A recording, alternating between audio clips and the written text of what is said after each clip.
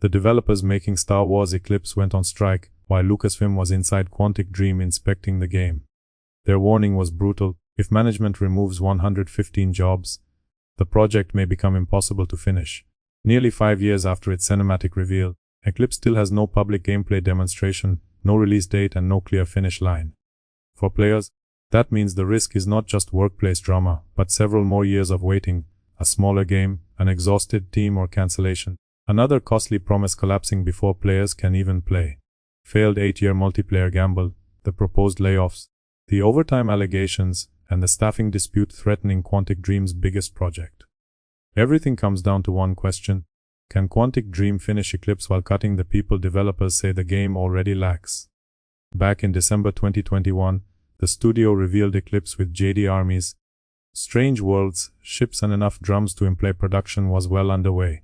Announced as an action-adventure game set during the High Republic, Eclipse promises several playable characters, branching choices, combat, and broad areas to explore. Building that kind of project demands more teams, stronger coordination, and more technology than Quantic Dream's older interactive dramas required. Silence alone does not prove disaster, since large games often remain hidden for years, but silence becomes more troubling when employees describe staffing problems.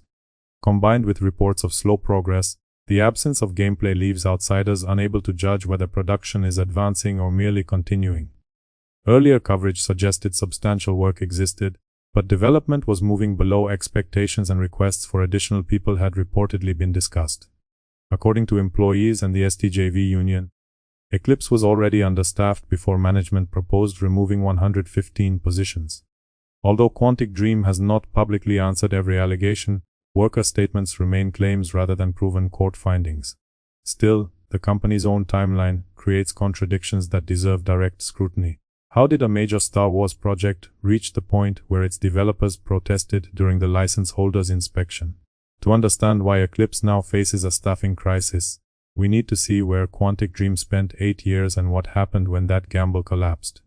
Designed as a free-to-play 3 vs 3 action mobile, Spellcasters Chronicles sharply departed from the cinematic single-player games that built the studio's reputation. Management entered a crowded multiplayer market, where established services already fought for attention, time, and recurring spending. Released into early access in February 2026, Spellcasters failed to build the audience needed to support that business model.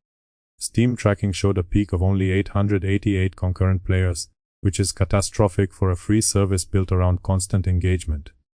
Commercially, that peak left almost no room for matchmaking, retention, cosmetic sales, or the community growth expected from a competitive online service. With an audience that small, years of updates were never sustainable. By May 20th, Quantic Dream announced that development would end, and the servers closed on June 19th. Nothing about that timeline resembles a successful game gradually reaching the end of a healthy lifespan. Consequently, 8 years of work reached players, struggled almost immediately, and disappeared within a few months. In simple terms, Quantic Dream revealed Eclipse in 2021, launched Spellcasters in February 2026, abandoned it in May, closed it in June, and then faced a strike over 115 proposed job cuts. Here is why that failure belongs in the Eclipse story.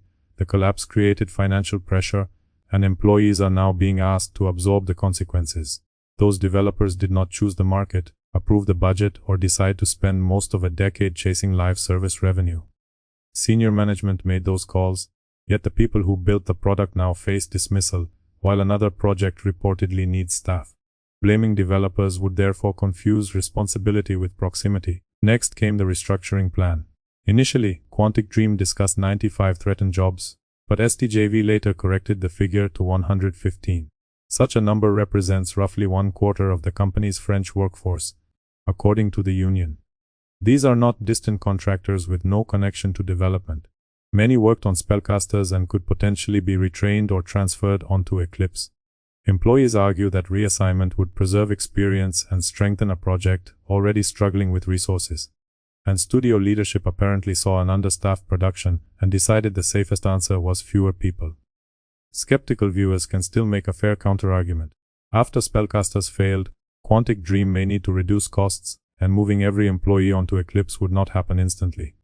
Different projects use different tools, pipelines, and responsibilities, so transfers require training, planning, and supervision.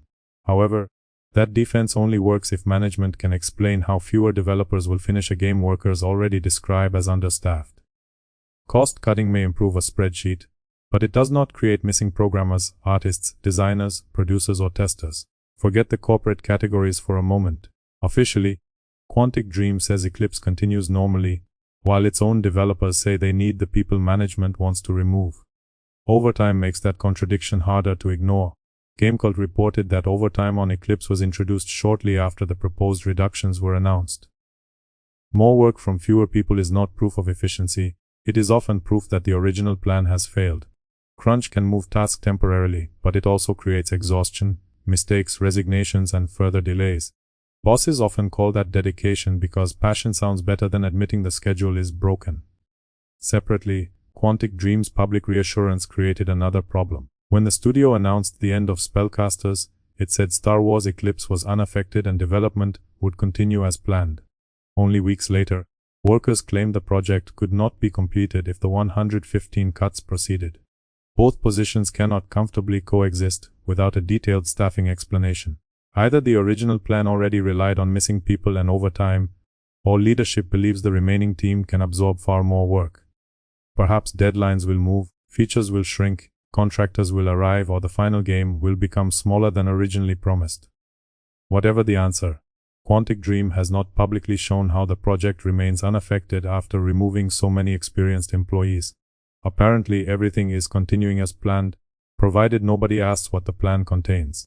Midway through the case, the evidence does not show a cancelled game. It shows a studio claiming normal development while employees describe an abnormal staffing emergency.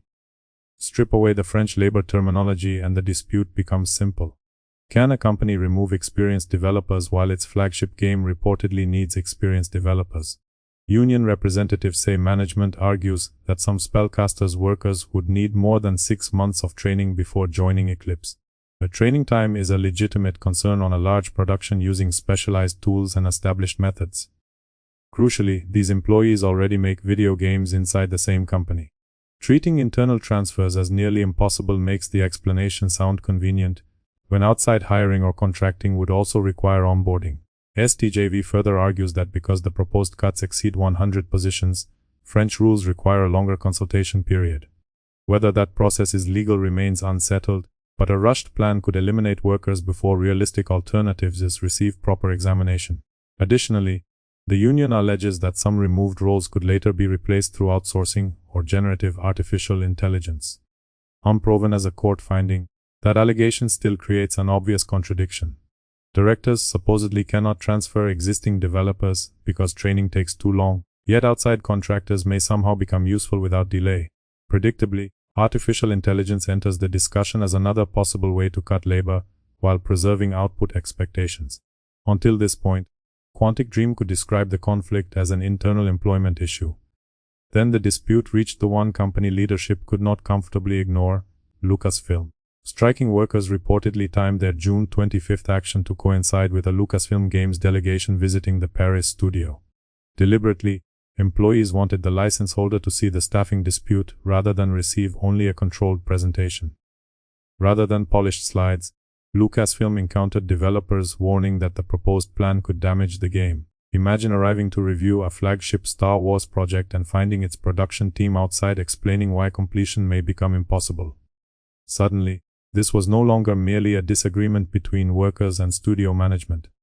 Lucasfilm does not run Quantic Dream's daily workforce, but it has a major interest in whether the studio can safely deliver the project. Its license, brand reputation, and release planning all depend on the developer producing something workable. What Lucasfilm does next may reveal whether the visit caused concern, pressure, added support, or another period of silence. Ownership needs one correction here. NetEase owns Quantic Dream, not Tencent. No public evidence proves NetEase ordered these specific cuts, but as the parent company it can influence funding, restructuring, and the studio's long-term future. Immediate responsibility still belongs to Quantic Dream leadership, unless stronger evidence shows direct instructions from above. Parent company resources always seem limitless during acquisitions and strangely limited when employees need enough staff to finish the product. Put every piece together and the danger becomes clear. Eclipse has spent almost 5 years without public gameplay.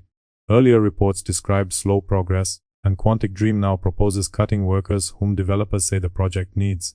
Alongside that silence, the studio devoted around 8 years to a multiplayer game that vanished within months. Now overtime has reportedly appeared, workers describe the team as understaffed, and management insists development remains unaffected. Taken together, the evidence does not prove Eclipse is dead, but it seriously challenges the claim that production is proceeding normally. Several outcomes remain possible. Best case, Quantic Dream reduces the cuts, transfers suitable workers, improves planning, and gives the project enough time. Another possibility is that NetEase or Lucasfilm provides funding, staff, oversight, or production support. A darker path keeps development alive with fewer employees, reduced scope, more crunch, and longer delays. Worst case, costs continue rising, morale falls, and cancellation eventually hurts less than continuation. Importantly, the strike is not evidence that developers want Star Wars Eclipse to fail. Instead, the people closest to production believe management's current plan could make failure unavoidable. Leadership announced the game early, divided resources, approved the multiplayer gamble, and proposed cutting 1/4 of the French workforce. Developers did not create this crisis by exposing it, they went public because private warnings apparently failed. Ultimately, Eclipse remains alive in the narrow official sense, but its future depends on decisions management can no longer hide behind a trailer. Should Quantic Dream transfer the threatened workers onto Eclipse, or has 8 years of failed spending already forced the studio to cut too deeply?